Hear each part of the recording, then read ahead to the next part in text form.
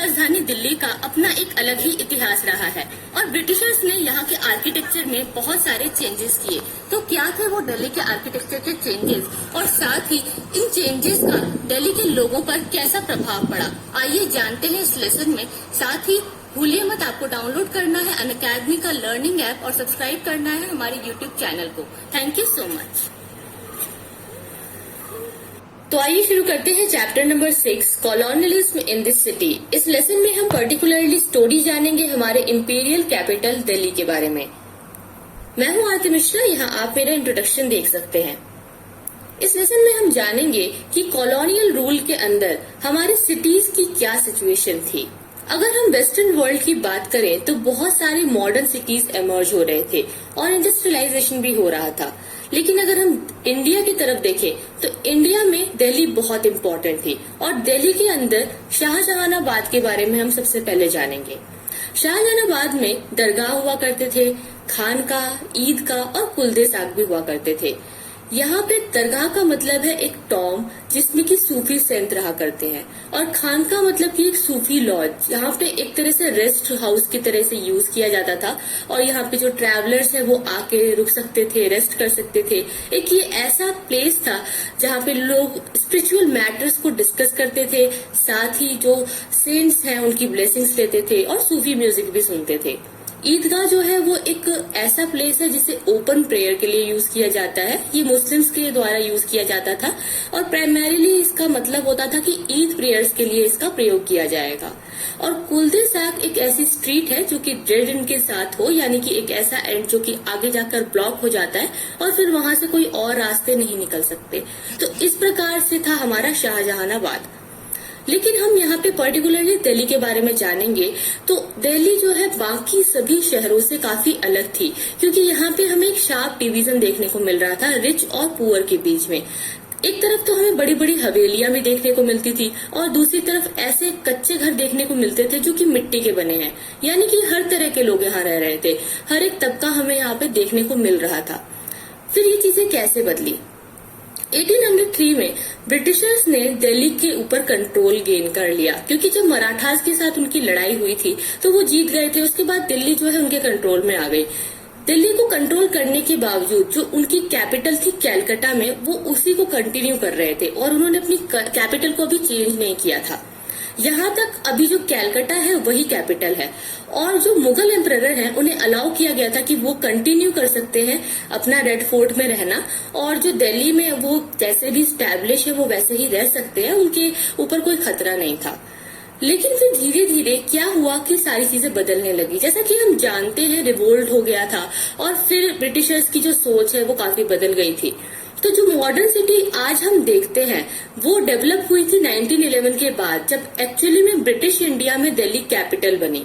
तो 1911 में जब दिल्ली कैपिटल बन जाती है तो फिर वहां के आर्किटेक्चर में चेंजेस आने लग जाते हैं।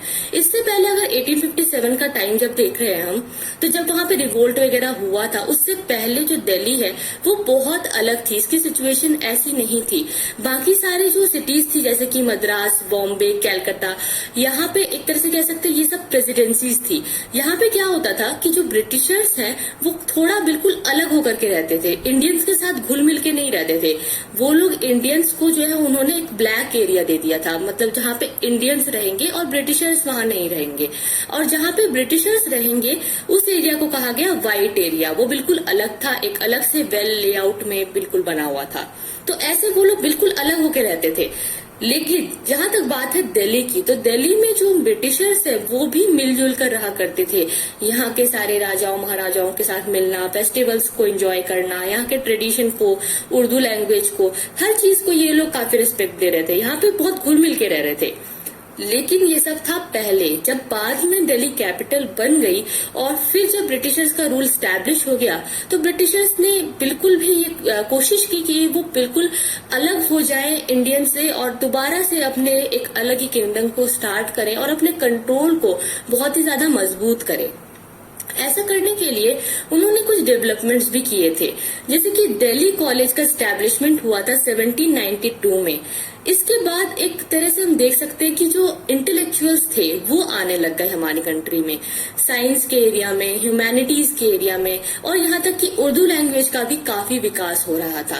अब ये जो टाइम पीरियड है 1830 से 1857 के बीच का, इसे कई बार दिल्ली के रिनेसेंस का टाइम भी कहते हैं, यानी कि जब पुनर्जीवन हो रहा था, सब कुछ दोबारा से पुनर्जागरण हो रहा है, सब कुछ चेंज हो रहा है, रिफॉर्म्स हो रहे हैं, लोगों को नए नए आइडियाज सूझ रहे हैं, लोग अलग तरह की बातें कर रहे हैं, लोग मॉडर्न हो रहे हैं, उनकी थिंकिंग जो है और भी ज्यादा विकसित हो रही है। इस तरह की जो चीजें हैं वो होने लगी थी। तो ये जो टाइम पीरियड है इसलिए इसको बहुत इम्पोर्टेंट माना जाता है दिल्ली के लिए। अब जब ब्रिटिशर्स ने यहाँ पे सब कुछ स्टैब्लिश कर लिया था और वो अब चाह रहे थे कि जो पुराना मुगल पास्ट है दिल्ली का वो अब लोग भूल जाएं और दिल्ली में से वो सारी चीजें, वो सारी पुरानी यादें वो मिटा देना चाहते थे, और वो सिर्फ चाहते थे कि बस लोग हमें याद रखें और जो हम चाहते हैं, हमारे हिसाब से आर्किटेक्चर हो, हमारे हिसाब से एडमिनिस्ट्रेशन हो, और लोग हमारी तरह सोचे, हमारी तरह काम करें। ऐसा करने के लिए उन्होंने सबसे पहले जो फोर्ट के आसपास का इलाका था उसको पूरा साफ कर दिया। वहाँ के गार्डन्स, पेविलियंस, मॉस्क सब कुछ पूरा हटा दिया, बहुत सारी चीजें डिस्ट्रॉय कर दी, और स्पेशली जो मॉस्क थे, जो मस्जिद हुआ करते थे, उन्हें तो वो बिल्कुल ही डिस्ट्रॉय करने के चक्कर में थे। यहाँ तक कि वो ये भी चाहते थे कि वो जो मस्जिद है उनका जो अगर हो सके तो उन्हें किसी और काम के लिए यूज किया जाने लगे, मस्जिदों को बंद करवा दिया गया। इनका टेम्पल्स पे कोई बहुत ज्यादा टारगेट नहीं होता था, क्योंकि ब्रिटिशर्स की जो एक खुंदक थी वो ज्यादातर मुस्लिमों के साथ थी। वो मुस्लिमों को अच्छा नहीं समझ रहे थे, क्योंकि उनका ये लग रहा था उन्हें कि मुस्लिमों का बहुत बड़ा रोल है रिवोल्ट में और वो लोग इतने लॉयल नहीं है। इस तरह का मानना था ब्रिटिशर्स का।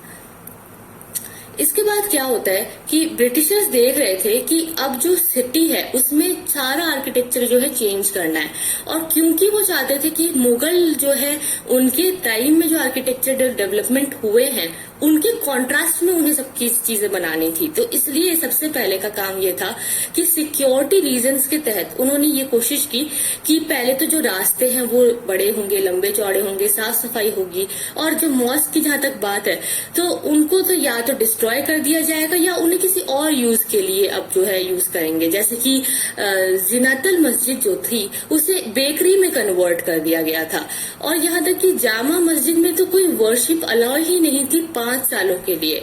5 सालों तक जामा मस्जिद में कोई प्रेयर अलाउ नहीं थी। इस तरह के जो है बड़े कट्टर नियम जो है ब्रिटिश सरकार लेके आई।